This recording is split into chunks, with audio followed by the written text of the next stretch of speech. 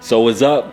What's the deal, guys? Welcome to JA News. It's up. Salute to you for tuning in. For today's show, we're talking Nike Sneakers Day 2023.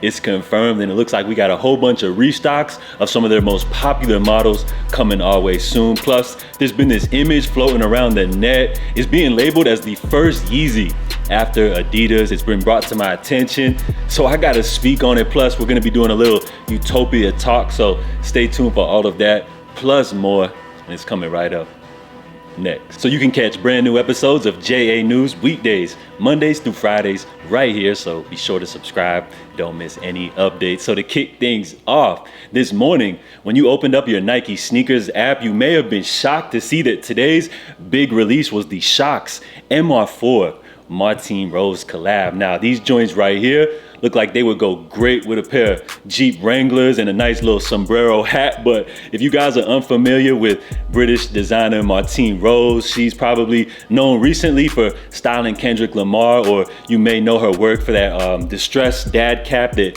Ye was spotted rocking a lot last year. But surprisingly, it looks like most of these sizes sold out pretty quick. So my question is, were you guys feeling these joints like that? Or was this a super limited release? And in other Nike related news, they have announced Sneakers Day 2023, which will be officially going down September 9th. For the very first time, Sneakers Day will be a global event, which I believe Sneakers Day started back in like 2015. So this will be the first time the US will be able to participate. You can expect to see a whole bunch of restocks dropping periodically throughout the entire day. Think of it as like similar to a YEEZY Day style release. So in the past for Sneakers Day drops, they've had some hype drops such as like Travis Scott collabs. So you can expect to see a lot of great pairs. Now, I'm not sure how successful people will be, as you can expect botters and resellers to definitely be participating as well. So we'll see how things go September 9th. And it's kind of funny that this is partaking, right after we're getting these big August releases from YEEZY. It looks like Nike's trying to steal the thunder back here in the sneaker world. And speaking of YEEZY, there's been this interesting image that's been making its way around the net. A few people have sent it to me, so I'm gonna go ahead and speak on it here. So this image comes from one of these like resale accounts, and the caption reads, "First look at the YEEZY Aqua 50, the first non-Adidas YEEZY model." Now, if you zoom in into the text here on the image, it reads Aqua 50, Ye in love with the shape and color, add holes on medial. Holes should be more like 3D to mark reference. So you've got a bunch of different like requests and modifications that it looks like they're requesting here on this footwear. It says, can this be low cost? So that definitely aligns with like Ye's vision of having affordable pieces. And then it looks like this is more of like a sample or a prototype, obviously, as you see with the different requests and stuff like that. It's like an early prototype, and this is just like the early workings, and they're looking to add and make changes to this model. Now, when I first saw these, based off the shape, I was thinking that maybe this was like a 380 prototype. So maybe this was like an old picture from back in the day, but based off the actual account which originally posted this image. So it's this new like a YEEZY archive account, which has recently just popped up out of nowhere. And it shares a whole bunch of images, including this footwear. And it seems like all of the images come from like last October or November, December, just right around the end of last year, which leads me to believe that this was not a 380 prototype and something newer that the YEEZY team was working on. But in an interesting development, it looks like the archive account, which originally posted this image as well as all of the other images, has been completely wiped clean. So it looks like this was just a small little inside look at something that we can expect, for the future of YEEZY. So we'll see if those joints actually end up ever becoming something, or just end up as like another unreleased sample that never sees the light of day. But I gotta say, off the first impression, they look interesting, they're cool, so we'll see how that develops. Now, another find that I thought you guys may find quite interesting, we got YEEZY designer Jelani. Some of y'all may know him as Shoe Preserve. He's been posting some IG stories where he's been spending time out in Italy. Now, the word on the streets is that he's actually currently working on the YEEZY sock shoe, and if you take a look at what he has on feet, that's a cool looking type sock shoe, I must say myself. So let me know if you guys are kind of warming up to that design or not. Now, he's been making his way around Italy, hitting up different shoe factories. Spotted in this image, you can also see Ray Yarborough. So the reason that that's interesting is that if you take a look at his Instagram bio, it reads former Adidas YEEZY alumni.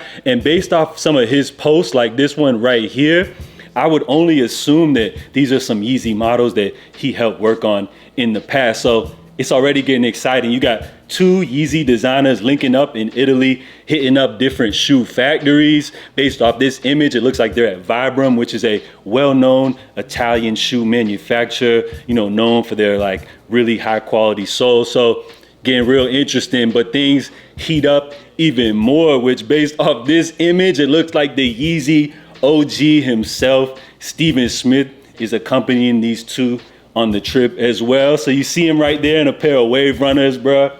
Gotta love this guy right here. So one can only expect if these three are linked up that they gotta be cooking up something, right? So I also previously reported that these three were also out in Japan. So it's real interesting. I wonder what's going on behind the scenes at YEEZY. We got three YEEZY designers linked up in Italy, hitting up factories. They were out in Japan. One can only assume that they're cooking up something, but I don't want to start any rumors or anything. I'll let you guys just, you know, leave a comment what you guys think is going on. And before we get up out of here, I wanted to speak on Utopia, the long-awaited album by Travis Scott. It's finally dropping tomorrow. So let me know, are you guys excited for this project? I feel like this is going to be a career-defining moment for Travis Scott, but nah, actually I take that back, because I feel like nowadays people probably don't really even care about the music. And at this point, I feel like Jordan Travis Scott's collab has like surpassed like everything that he's done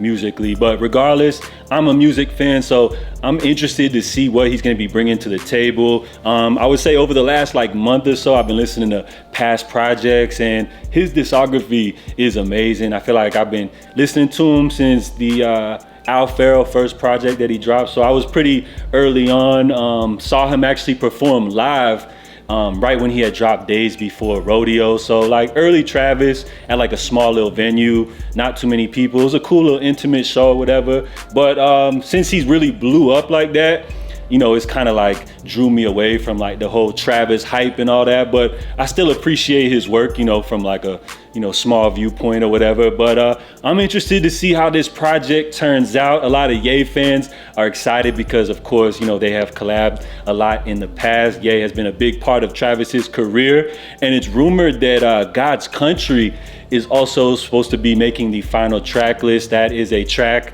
a Ye and Travis track that was originally recorded back from the Wyoming era. Well, they started working on it from back then. So while I know a lot of you guys are excited to hear the final version of God's Country, I'm not too hype on that track just because we've heard the leaks for so many years now. And while it's a great record, it is a throwaway Ye track. So I mean, it's cool or whatever, but I'm not super hyped on that. I want to see how the rest of the album sounds.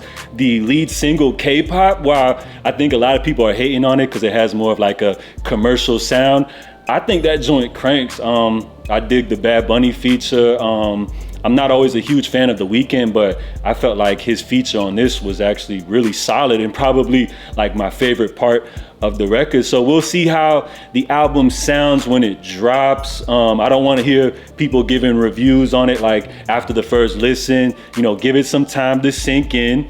Also, another Travis headline is with the whole like show at the pyramids. Apparently it's been canceled. Travis is saying it's not. We'll see how that plays out. I don't expect that show to go on, but we'll see what happens. So a big moment for music, as hip hop has actually been lacking. I feel like this year there's only been one #1 hip hop record, which was that Lil Uzi Vert project, if you guys can call that a hip hop album or whatever. So I'm expecting this to go #1. My prediction is going to be like over 300K just based off of the whole little bundle finesse that he's got going on. But the hype and anticipation is real. It's been years since we got Astro World, and after all of the controversy and everything, I'm happy to see a big comeback, you know, for this brother. So let me know what you guys think about the project. Let me know your album sales predictions, and let me know what you guys think about all of the topics covered here in today's video. Salute to you guys for tuning in. I'm JA. Make sure y'all stay safe, stay blessed, and I'm out, y'all. Love.